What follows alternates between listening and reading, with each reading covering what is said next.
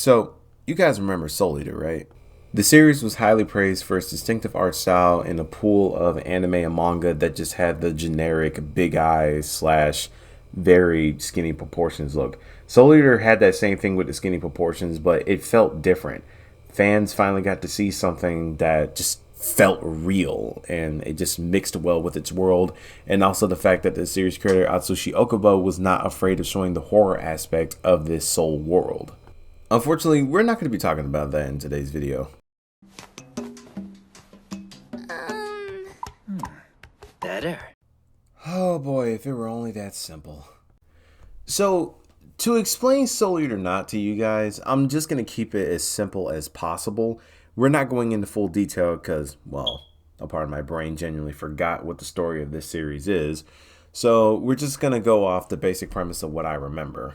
Anyway, so the story of Soul Eater Not is supposed to focus on this girl named Sugumi Harurodori. She finds out she's a weapon when she comes home one day when one of her legs turns into her scythe blade that you see on this image right here.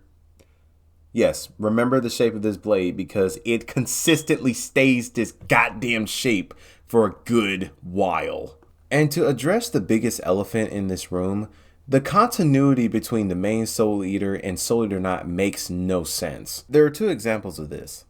The latter makes me disappointed. The first example I want to show you guys is Liz and Patty's involvement in Soul Eater Not. It's established in the main Soul Eater timeline that Liz and Patty attempted to rob Kid one night, and well, that obviously didn't end well, and they're students at the DWMA, and also the sole fact that they are his twin gun weapons. Cause Kid loves symmetry.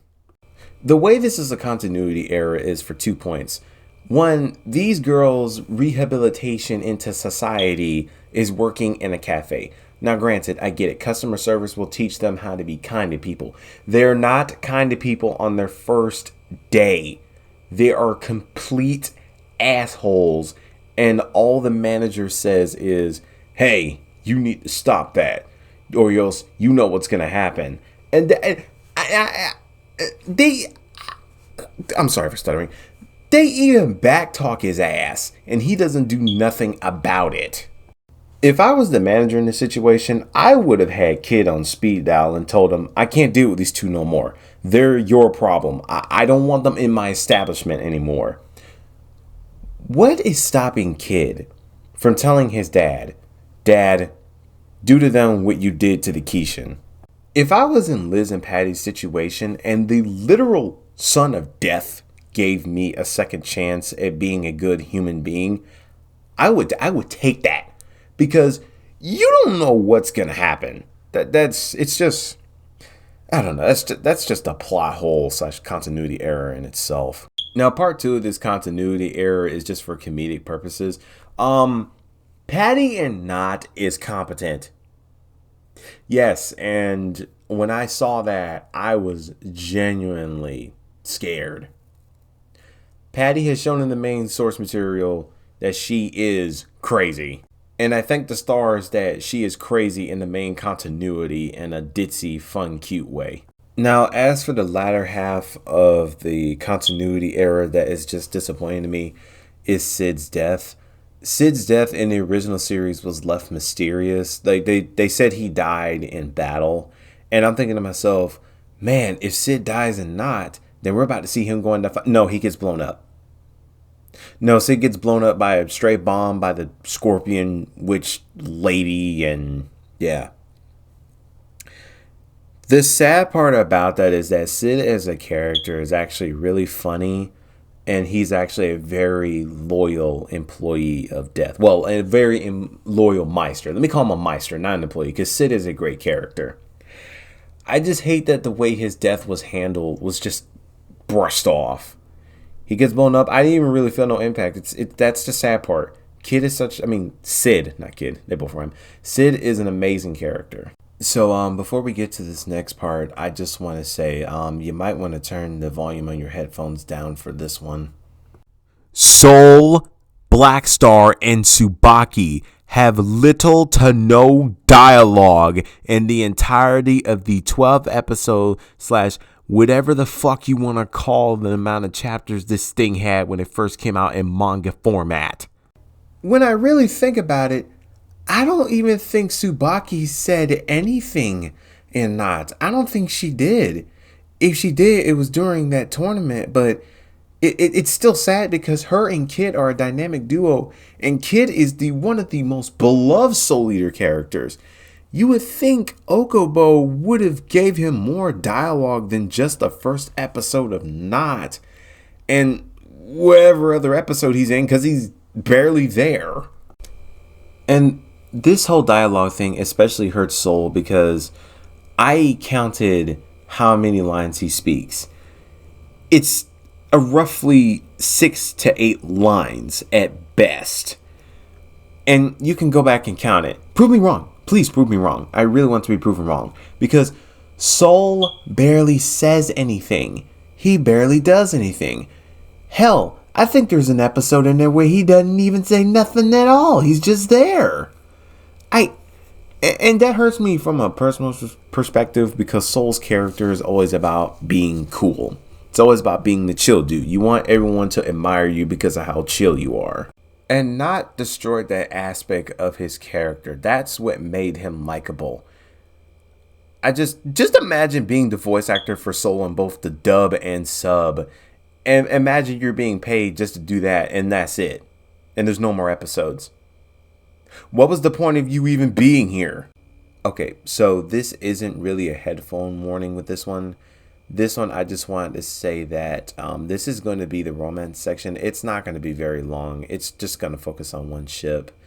And let me just say this. You are free to love who you want, and you're free to be with whoever you want. Don't let anyone stop you. And yeah, that's about it. Just love who you want and be with who you want. I will say one of the good things that did come out of Soul Eater Not is the establishment of Kim and Jackie's relationship. Not only as master and weapon, but also as girlfriend and girlfriend. It starts out with them just blushing just by looking at each other to breaking up to, in the main continuity, they're just holding hands. And yeah, I think the relationship was handled very well. You could tell that they both really do care for each other, and yeah, I have no issues with it whatsoever. That is literally one of the good things about Soul Eater Not. The romance is handled very well with these two. And just because I'm not going to put the other Soul Eater Not characters in there that are non-Soul Eater main continuity characters, this is Anya and Mei Mei. Anya is the blonde and Mei Mei is the brunette. They don't have much in character and they don't have much in interaction with the story or plot. So I wouldn't worry about them too much. Now, as for the main villain of Soul Eater Not, she actually had a lot of potential. She's a witch scorpion. I'm not going to say her name because I don't bother bringing it up. But her whole ability is that she can stab you with her stinger, and then her poison makes you do a sleepwalking technique thing where you go out and do her dirty work for her. This was especially shown for Mei Mei, the brunette, who was doing this, which kind of made sense, but it was just kind of felt more like a character quirk to me. And then the way they break her out of the whole genjutsu poison situation is they sing a song. No, I kid you not. Anya and Tsugumi sing a song to Mei Mei, and it just bing, gets rid of it. That is absolutely the most Disney dumbest way you can get rid of a problem. The sad part is that this plan that this witch had was actually pretty good. Would I say it was Medusa and Arachne good? No, no way in hell. No, not even close. It was a decent plan. We'll call it decent. But no. It's nowhere near the Arachne and Medusa level plans. No, not even close. Now, the biggest question at the end of every video that I make is, where do we go from here? Like, quite honestly, what do we do? Do we get through it and address it and say this exists? Do we just bash it, throw it in the trash, and just hope to God no one looks at it? Or do we use it as a test to see if you are a true dedicated anime fan / manga fan? Like, you can choose whichever option you want to do. My whole thing about Soul Eater Not is it's unnecessary.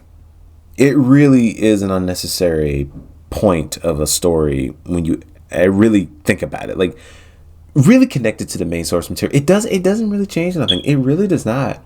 Even though I haven't read that far into the manga, I'm on the fourth perfect edition. I'm rereading the DWMA arc through manga format, and I will say that not is unnecessary.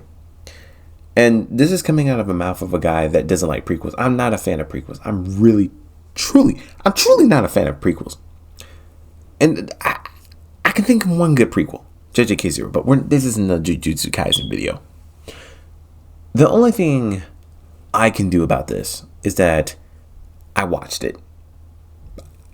I have to address it because I have knowledge on it.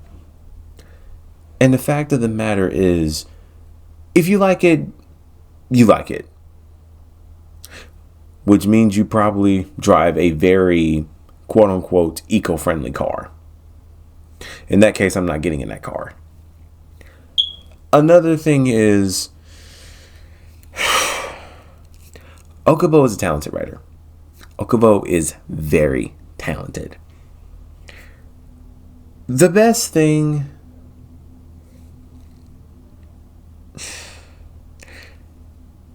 it's just there. It is literally just there.